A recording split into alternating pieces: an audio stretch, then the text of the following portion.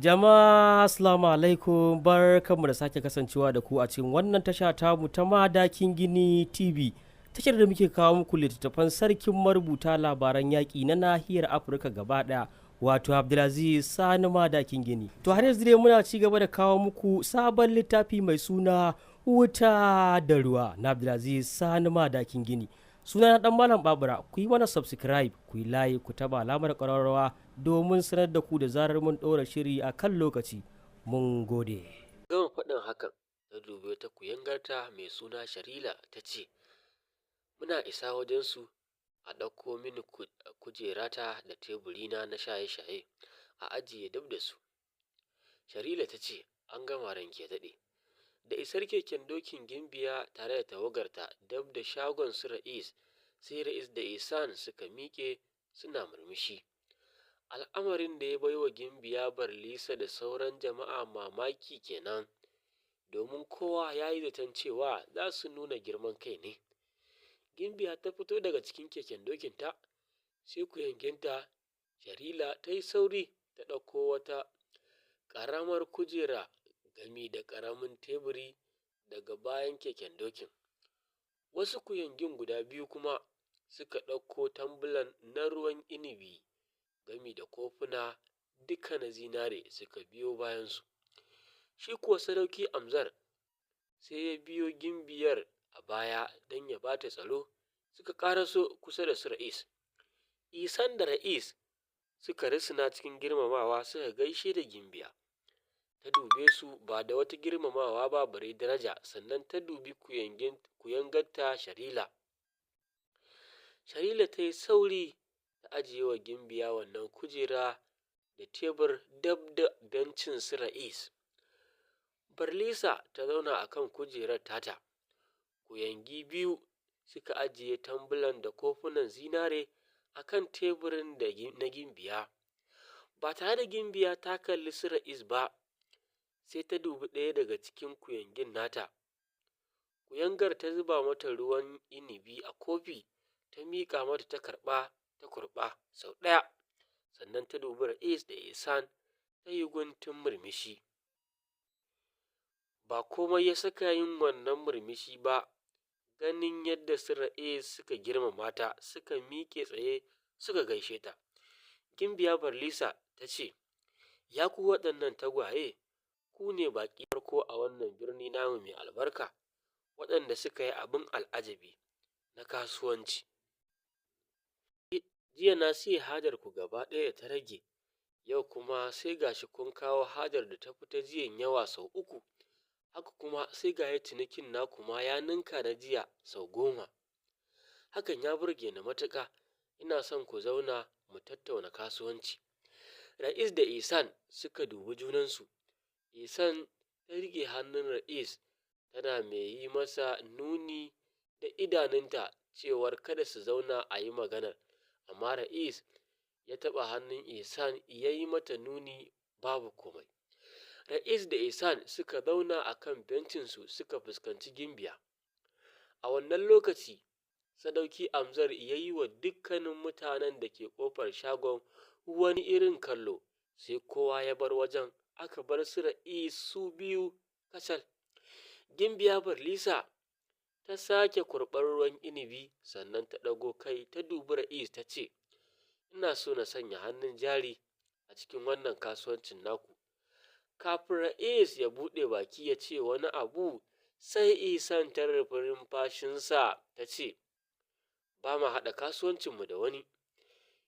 Gimbiya ta yi murmushi ta ce, Kuskure ne wannan. Masu iya magana sun ce, da asara gwara gidayenci. Idan ba ku haɗa hannu da ni ba a wannan kasuwancin naku, za ku yi mummunan asara.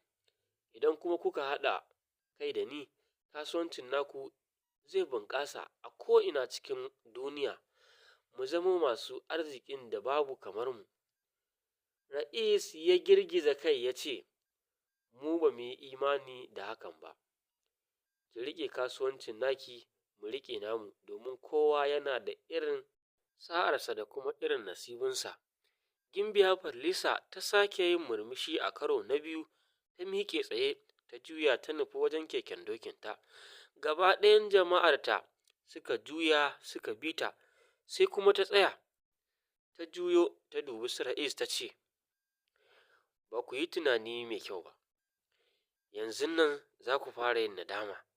Tana gama faɗin hakan ta juya ta je ta shiga keken dokinta ta zauna, ta yi wa su Ihsan wani irin kallo na mugunta. Nan take ita da jama'ar tata suka tafi suka nufi hanyar fita daga cikin kasuwar. Ihsan ta dubi Ra'is cikin alamun rashin fahimta ta ce, me take nufi da yanzu nan za mu fara yin asara? Ra'is ya buɗi baki da nufin ya ce wani abu, kawai sai suka jiyo ihun mutane a bayansu. Suka waiga da sauri sai suka ga wasu dakarun gidan sarauta kimanin su 40 bisa waɗansu manyan giwaye suna rushe shagunan kasuwar. Mutane sai fitowa suke da gudu daga cikin shagunan nasu domin ceton rayuwarsu. Dukiyoyin da ke cikin shagunan kuwa giwayen ke tattake su suna lalata su. Ko da ganin abin da yake faruwa sai Ihsan ta ruga cikin shagon nasu ta ɗauko mashi ta yunƙuro za ta afkawa dakarun nan masu giwaye, sai Ra'is ya riƙe ta ya dube ta ya ce, kada ki kuskura ki fara, kada ki yaƙe su. Ihsan ta ce, ba ka gani ne, mu ma fa haka suka zo suka lalata mana dukiyoyinmu gaba ɗaya, ka dubi irin asarar da ake yi wa mutane fa. Ra'is ya ce, ni da ke kaɗai ba za mu iya yaƙar su ba, ki bar su yi duk abin da za su yi, a siyasance za mu nemi haƙƙinmu kuma sai an biya mu. Ihsan ta yi kamar ta yi kuka saboda baƙin ciki, amma a haka ta daure, tana kallon yadda dakarun na sarki suka ci gaba da rushe-rushe na jama'a da shaguna da dukiyoyi suna ta lalatawa, har aka zo kan tasu rumfar aka rushe ta kuma aka tattake hajar tasu aka lalata gaba ɗaya.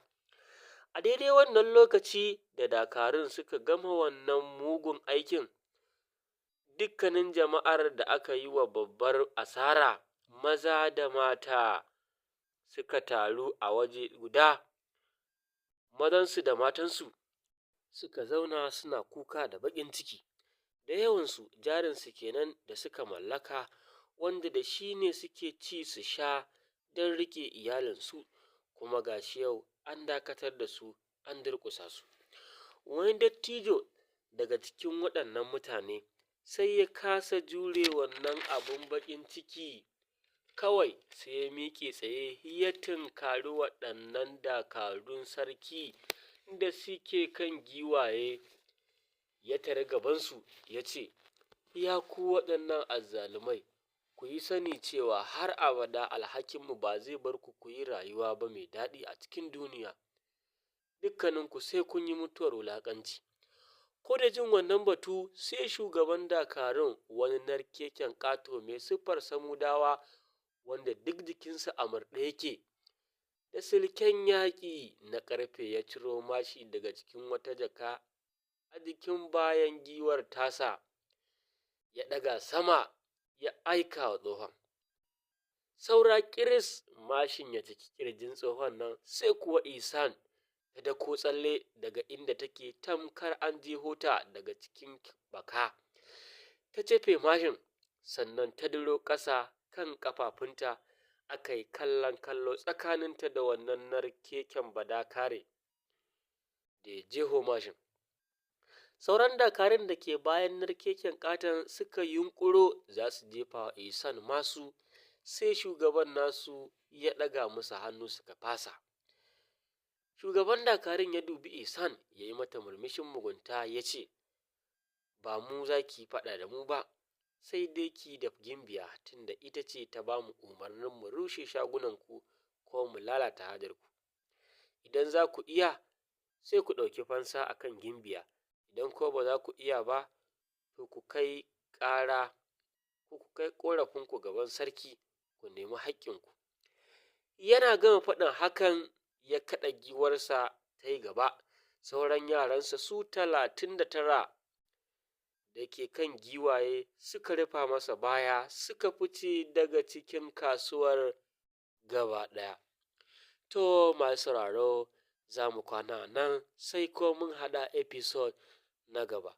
Ku ci gaba da kasancewa da mu a cikin wannan littafi na ruwa da wuta mallakin Abdulaziz Sani Madakin Gini, wanda ni ɗan Malam Babara nake karantawa.